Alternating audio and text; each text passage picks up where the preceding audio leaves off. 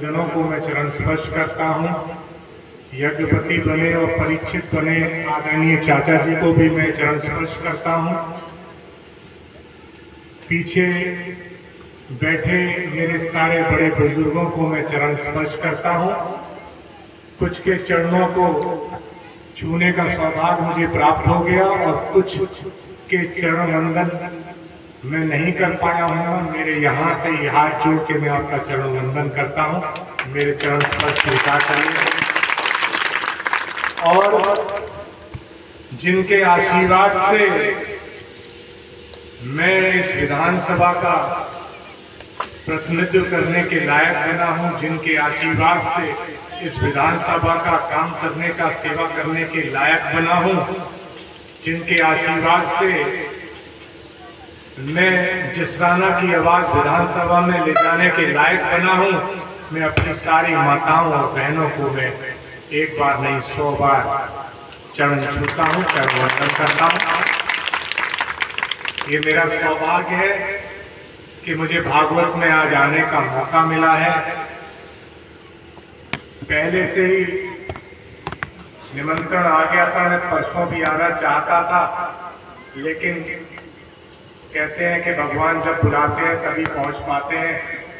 तो परसों भगवान ने नहीं बुलाया था और आज भगवान का आदेश था कि अपने गांव में पहुंचना है, इस पवित्र स्थल पे पहुंचना है।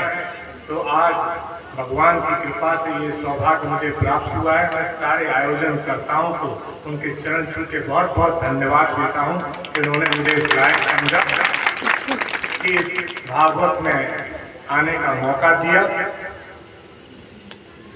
क्योंकि पवित्र स्थली है, पवित्र स्थान है।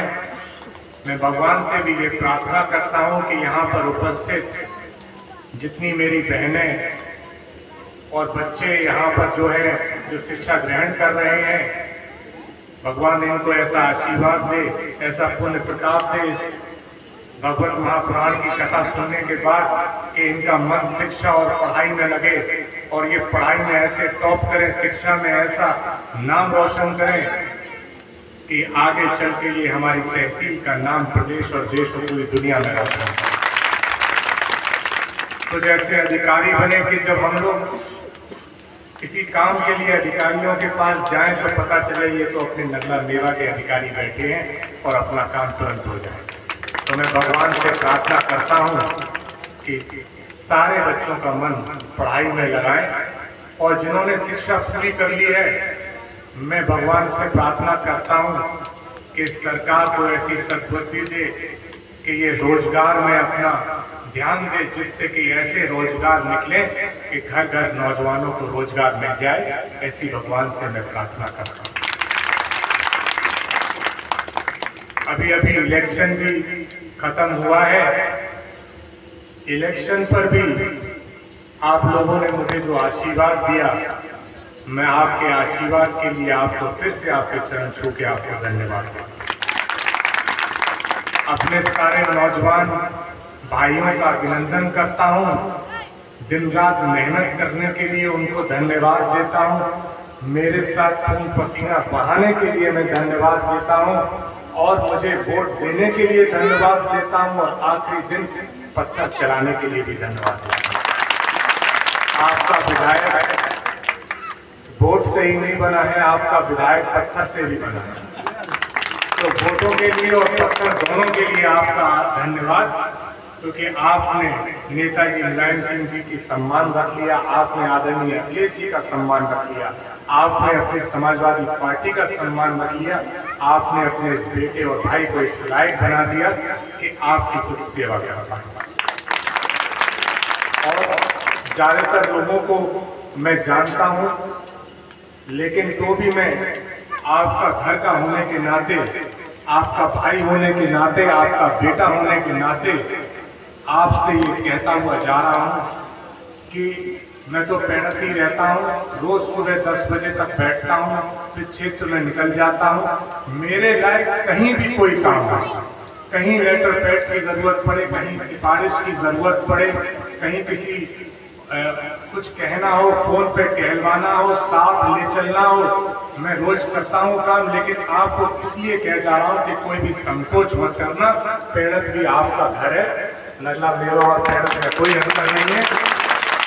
जब आ जाना आपका पूरा काम होगा, सम्मान होगा। हम तो गाय भी बहुत सारी रखते हैं, गर्मी का मौसम चल रहा है, खूब लस्सी चल रही है, मैंगो शेक चल रहा है, तो सारे बड़े बुजुर्गों से कहूंगा कि कभी एक साइड आओ तो आ जाना, सुबह लस्सी चल रही है, कटा लस्सी चल रही है। तो आप सब लोगों को मैं आमंत्रण देके जा रहा हूं और मेरी माताएं भी यहाँ उपस्थित हैं। अगर कभी आके अपना कोई काम ना बता पाए तो चिट्ठी भेज दें अपने किसी सदस्य के हाथों, किसी बेटे के हाथों, किसी भाई के हाथों। आपका काम आपकी चिट्ठी पे करूंगा, इस बात का आपको वादा करके जा रहा हूं। और गांव का ही नहीं करूंगा, रिश्तेदारियों का भी करूंगा और मायके का भी करूंगा। मायके में भी कोई काम पड़ जाएगा तो बताइएगा, वो भी काम किया जाएगा, और चलने की जरूरत पड़ेगी तो वो भी किया जाएगा। तो जैसा 5 साल है, 5 साल में आपका विधायक है, भले ही प्रदेश में कोई भी सरकार हो, जिसराना में आप ही की सरकार है। जैसी जहां जरूरत पड़े इस्तेमाल करिएगा, मैं पूरा काम करूंगा। बस भाई भाई की जो लड़ाइयां होती हैं, पड़ोसी पड़ोसी की जो लड़ाइयां होती हैं, उनसे बच के रहिएगा। हम लोगों में थाने में बहुत सी बातें चल जाती हैं कि भाई ने भाई को मार दिया, हम लोगों के लिए बहुत दिक्कत हो जाती है उन परेशानियों में मदद करने की, कि एक तरफ एक भाई है, दूसरी तरफ दूसरा भाई है, कहें तो किसकी कहें। तो ऐसे कामों से बचाइएगा, कोशिश करिएगा कि बड़े बुजुर्गों की सलाह लें, उनका परामर्श लें और गाँव में ऐसी पंचायतें करें। क्योंकि थानों में जाएंगे, सिफारिशों में जाएंगे, भाई भाई की लड़ाई होगी और ये मजा कोई और उठाएगा। इसका आपका छोटे होने के नाते आपसे आग्रह करके जा रहा हूँ। बाकी बाहर का कोई भी काम हो बिल्कुल निसंकोच रहिएगा। तहसील का, थाने का टक्कर पूरी दी जाएगी और लखनऊ तक का भी कोई काम होगा, बिल्कुल संकोच मत करिएगा। फिर से आपके चरण छू के आपका वंदन करता हूँ, आपका धन्यवाद देता हूँ।